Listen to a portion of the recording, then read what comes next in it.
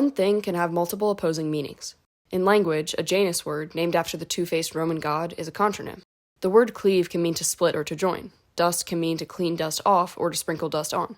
In nature, a chimera is one being composed of cells of different genotypes. In mythology, a chimera is composed of body parts from a lion, a goat, and a serpent, but it all comes together to form one animal.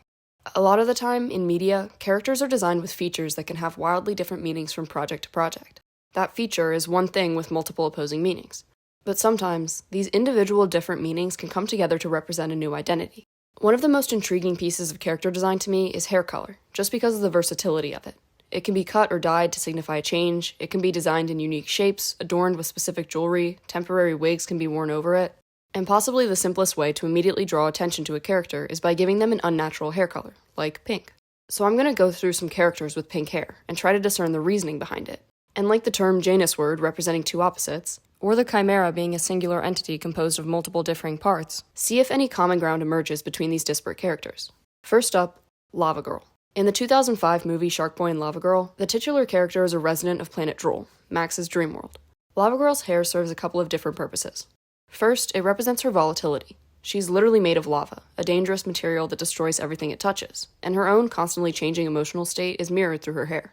It glows when she's upset, or anxious, or empowered, any strong, uncontrollable emotion, and the destruction it causes leads her to have an identity crisis. We see this struggle through her rivalry with the Ice Princess. I'm fire. She's ice. We must be enemies.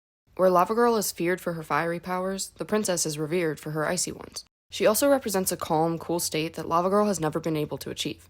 All in all, her hair is a contrast to her perceived personality. She wants to connect with others, but she accidentally harms them when they touch her. She wants to be a symbol of good, but her inability to control herself continually affirms the idea that she's a symbol of destruction. But her final arc relates to a theme that weaves through the entire narrative: energy. In the beginning, Lava Girl is raw, unchecked power. Mr. Electric has harnessed energy, but it's negative and corrupt. For every person who dreams up the electric light bulb, there's the one who dreams up the atom bomb. Max's imaginative energy has channeled life into this entire world. His parents might even represent an abstract form of lack of energy, as they've grown apathetic and tired in their relationship. So energy's a big theme, and by the end of the movie, Lava Girl is told directly by her creator what she is. You are light. Light is positive, harnessed energy. It's clear, guiding, and balanced. So for her, the hair color changes from confusion and danger to understanding and control. This hair-related identity struggle is definitely not an isolated incident. Charlotte from Lost in Translation and Alice from Closer both wear pink wigs that relate to their internal struggles. Charlotte wears the pink wig during the karaoke scene, a small moment of escapism in an otherwise directionless time.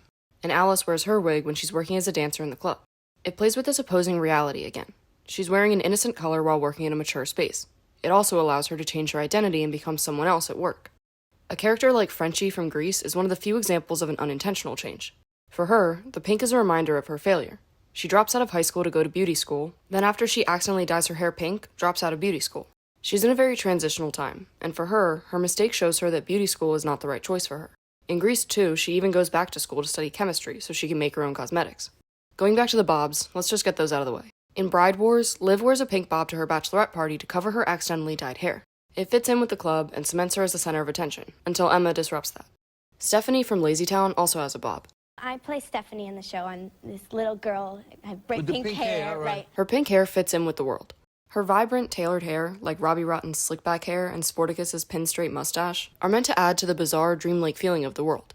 All the characters and sets being designed to look like real-life cartoons also just cements the innocent, childlike purpose of the show. This is actually another reason behind a lot of pink-haired characters.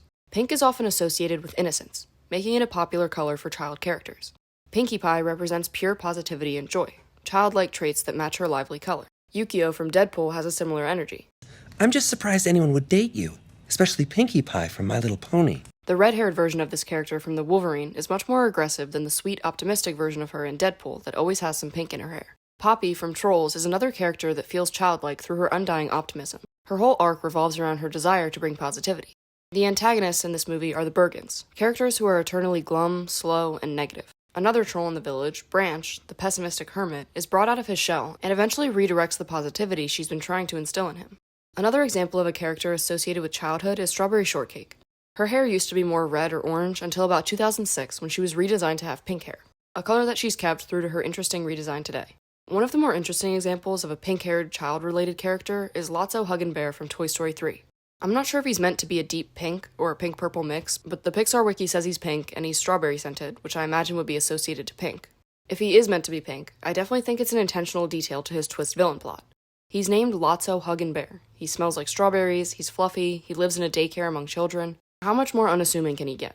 So making him a color that people associate with innocence and sweetness just adds to the irony. Princess Bubblegum from Adventure Time has pink skin, clothes, and hair. She's a human candy hybrid and an incarnation of the candy elemental. She rules the candy kingdom, she's a princess, and she's pink. All qualities that on the surface present her as a bright, sweet individual. She turns out to be, at times, a very capable and strong-willed leader, and at other times, a pretty brutal one. Another character related to Candy is Gingerbread House from Ever After High. Her pink hair might relate to her mother, the witch from Hansel and Gretel, who lived in a candy house, candy being sweet, sweets being related to the color pink. C.A. Cupid, another character on that show, also has pink hair. Since she's the daughter of Cupid, it can be assumed that her pink hair is a reference to innocent love and affection. For some of these characters, they start out with pink hair, and it's a jumping-off point for development. At the beginning of Euphoria, Jules has light pink hair. I think Jules is in constant search of affirmation and love.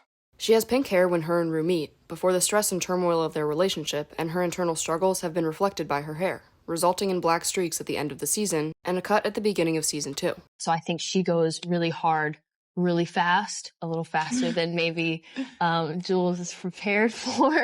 Ramona Flowers has pink hair at the beginning of Scott Pilgrim as well.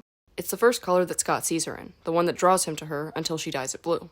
Maeve Wiley also has grown-out pink hair when we first meet her, before she dyes it back to her natural brown. Tony Topaz has some variation of fully pink hair or streaks in the first few seasons of Riverdale, then ends the show with brown hair. Speaking of pink streaks, they, more than a full head of pink hair, tend to be a signal that the character is in distress. Abby from Ginny and Georgia struggles with her body image, her parents' divorce, and fights in her friend group before dyeing pink streaks in her hair.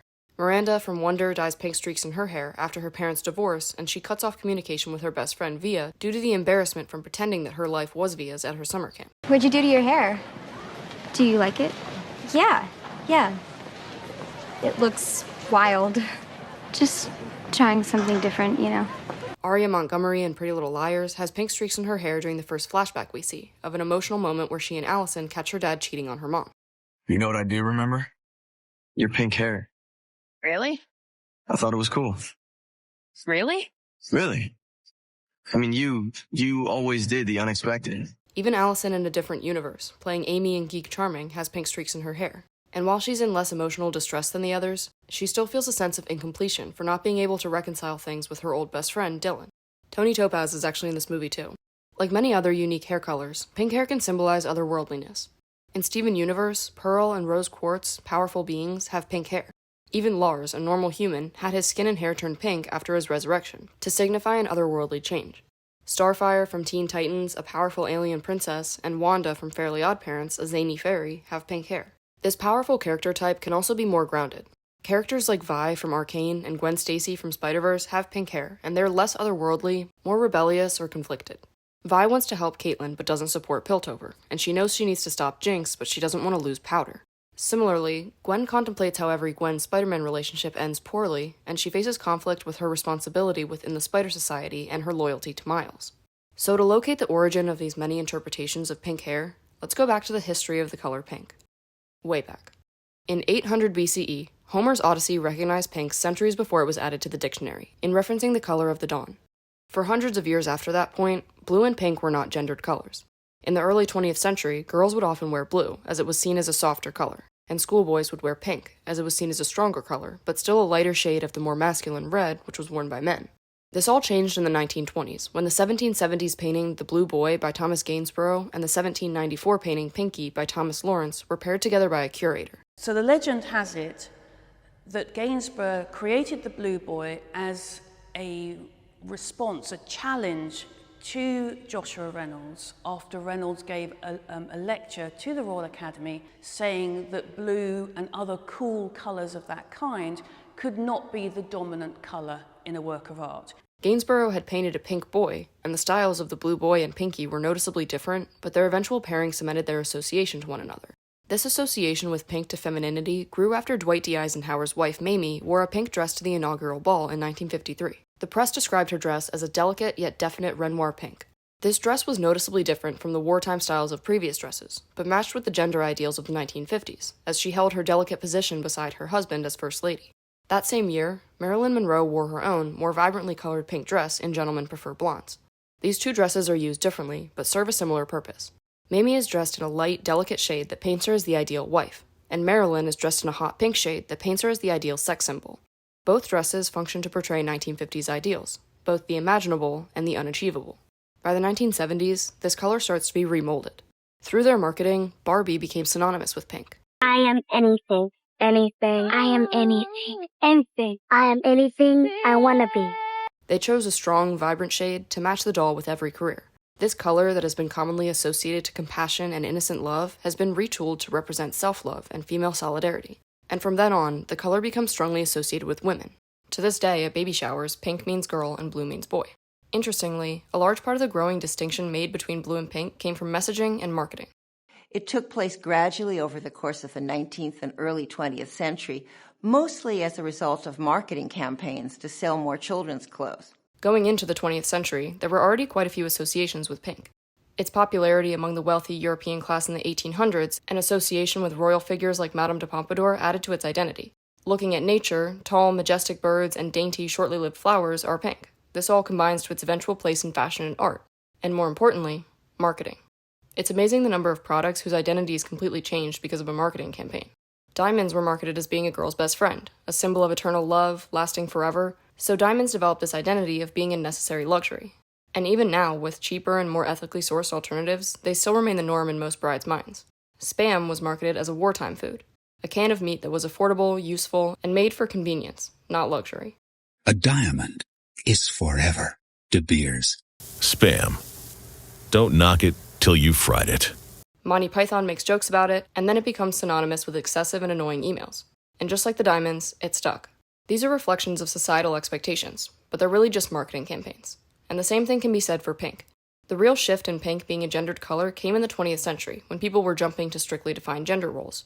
Businesses were also jumping to make money, and separating genders into two colors and marketing them as being ingrained within them sells clothes, toys, and furniture. The Americans decided that you could really make money out of color-coding children's clothes. So let's put that historical context into the discussion of pink hair. The commonality between these characters is that the purpose of the color is immediately assumed, but the reasoning is slowly uncovered. Pink started as the color of the dawn, then the color of schoolboys. It became an ideal, a stereotype, and then a subversion. In the 21st century, Elle Woods wears all pink, a delicate, feminine color that challenges people to underestimate her. This character starts out being the kind of woman that you would kind of discount. You wouldn't think, oh, she's so academic and intellectual. But she ultimately proves everybody wrong by winning the day and studying really hard and succeeding. How has it been associated so strongly with, on the one hand, prettiness, romanticism, femininity, and on the other hand, a kind of terminal lack of seriousness? Jennifer wears cropped pink clothes with hearts on it and pink earrings, an intentional detail showing how she plays into the way she's viewed in order to manipulate others. In terms of our pink-haired characters, Princess Bubblegum has pink hair, so when you first see her, you might assume she's girly, and her status as a princess might reaffirm this idea that she's weak, or at least unwilling to fight.